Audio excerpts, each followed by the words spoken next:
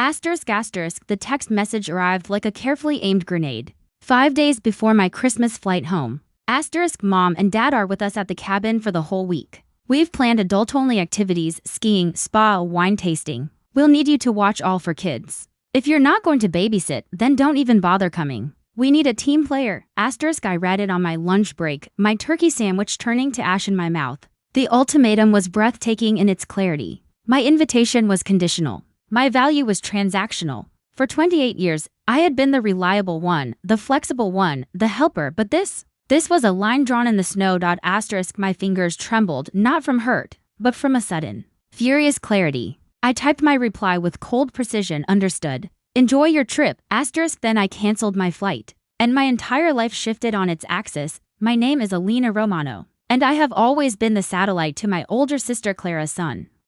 Our family dynamics were set in stone early. Clara, 5 years my senior, was the star, charismatic, demanding, the orchestrator of all family events. She married Mark, a nice enough finance guy, and quickly produced for beautiful, rambunctious children. My parents, Luigi and Maria, were devoted grandparents.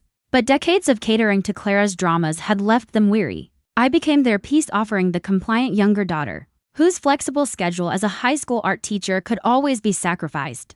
I was the fun aunt, the reliable babysitter, the emotional sponge. I spent my vacations child wrangling so Clara and Mark could have date nights. I missed my best friend's wedding to watch my niece during a stomach bug. My own dreams of taking a summer painting course in Italy, of quiet weekends with a book were perpetually on hold. Family first, my mother would sigh, her voice laced with apology and unspoken expectation. This Christmas was the grand plan, a luxurious rented cabin in Aspen. A picture-perfect Romano reunion. I'd saved diligently, bought thoughtful presents, and even splurged on a new winter coat. Beneath my excitement, however, was a fragile hope. Maybe this year, they'd see me. Maybe they'd ask about my upcoming gallery exhibition, or notice I'd finally painted my apartment. Clara's text shattered that hope with surgical efficiency. It wasn't an invitation. It was a job offer, a demand. And the penalty for non-compliance was exile. The anger came first, hot and cleansing. Then a hollow panic. If I wasn't going to Aspen, where would I go? My apartment, undecorated and silent, felt like a tomb. Scrolling through my phone in a daze. An advertisement glowed, solstice silence, a tech-free wellness retreat in Sedona. Reconnect with yourself. It showed a woman meditating on a crimson rock, sunrise painting the sky. No screaming children. No demands. Just peace. It was everything my Christmas wasn't. It was impulsive, selfish, and terrifyingly expensive. My finger hovered over the book now button. Clara's words all right, team, I whispered to the empty room. You're on your own. The Sedona retreat was a sanctuary of soft earth tones and enforced quiet. For the first 48 hours, I was a live wire of anxiety. Every moment of silence felt like a vacuum where guilt rushed in. I imagined the chaos in Aspen, the kids fighting over gifts, Clara's voice rising in frustration. My mother's tired eyes. My muscles tensed, waiting for the inevitable SOS call. But my phone, surrendered at check-in, remained dormant in the retreat's safe. Slowly, the desert's immense stillness began to work on me. I woke at dawn to hike trails where the only sounds were my breath and the crunch of gravel. In yoga, I learned to hold a pose not for praise, but to feel my own strength. I ate meals of roasted vegetables and quinoa, savoring each bite without interruption. The constant, low-grade buzz of obligation that had lived in my bones for years began to fade. I met others in the shared silence. An older man mourning his wife. A young CEO escaping burnout. We shared knowing smiles, passed the salt without words. And in that quiet companionship, I felt less alone than I ever had at a noisy family dinner. Meanwhile, as the first pieced together later, the perfect Aspen Christmas was collapsing. Without me as the shock absorber, the pressure system broke. My mother, trying to fill my role, threw out her back, lifting 2-year-old Luca. Clara and Mark's coveted adult time evaporated under the relentless needs for overstimulated children. Bickering turned into arguments. The luxurious cabin felt claustrophobic. On my third day, during a permitted 10-minute phone check, I found a voicemail from my father. His voice was strained, a poor attempt at cheerfulness masking desperation. Alina, honey. It's a bit of a zoo here. Your mother's hurt her back, the twins are climbing the walls, and we could really use your magic touch. Any chance you could change your mind? We'd wire you the money for a new ticket right now. The old Alina. The one condition to fix things would have been packing before the message ended. But the Alina standing under the vast Sedona sky, her skin warmed by the sun, felt something new, a solid core of resolve. He didn't say we miss you, he said we need your magic touch. I was still a tool, not a person. I typed back, my hand steady. I'm sorry to hear it's so stressful, Dad. I know you, Mom, Clara, and Mark can handle it. You're all capable parents and adults. I'm in the middle of my retreat commitment. Sending love to the kids. Hitting send felt like the most adult act of my life. I wasn't slamming a door. I was calmly walking through a new one I had chosen for myself. The real confrontation didn't happen face to face. It crackled through my phone screen on the retreat's final morning. Clara's face appeared on the video call, etched with deep exhaustion and fury. Behind her, I could see a landscape of toy carnage and hear the unmistakable shrieks of an overtired toddler. Alina, enough, you need to get here, today. Hello, Clara, I'm not coming. My flight home is tomorrow.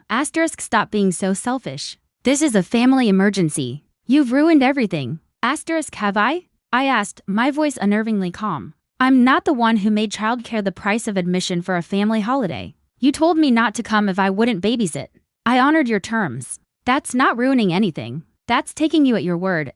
She blinked, thrown off balance. That's a twisted way of seeing it. We just needed help. You love the kids. I do love them, I said, my voice softening but no less firm. Which is why I want to be their aunt, not their full-time, unpaid nanny. Being their aunt means bringing them gifts and taking them for fun outings. It doesn't mean being relegated to the kids' table literally and figuratively so you and Mark can play carefree adults. They're your children, Clara. Christmas is your responsibility to manage.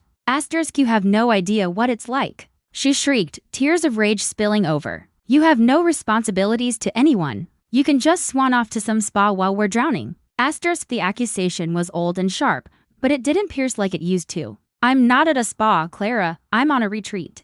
Trying to remember who I am when I'm not cleaning up your family's messes. And for the record, my only crime is wanting to spend Christmas as a member of the family, not the hired help. You created this drowning by planning a holiday that required a servant. The truth, stark and undeniable, hung between us. Her anger seemed to deflate, leaving raw, stunned hurt.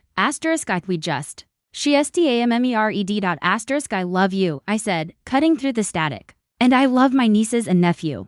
But I will not be spoken to like an employee. I will not have my presence conditional on my labor. When you're ready to have a relationship with me, just Alina, your sister, I'll be here. But the era of the built-in babysitter is over. I ended the call. Silence reclaimed the room, more profound than before. My heart hammered, but it was the fierce, clean beat of self-respect. I had drawn my line. And for the first time, I was standing firmly on my side of it. I returned to my city on New Year's Eve. My apartment was still quiet. But the silence was no longer empty. It was filled with my own potential. I played music, danced while cooking, and felt a profound sense of ownership over my own life. The aftermath was not a tidy Hollywood ending. My mother was hurt and bewildered for weeks. My father, after the initial frustration, began to call me just to talk about his garden, about politics, about my art. Slowly, haltingly, we were building a new connection, adult to adult.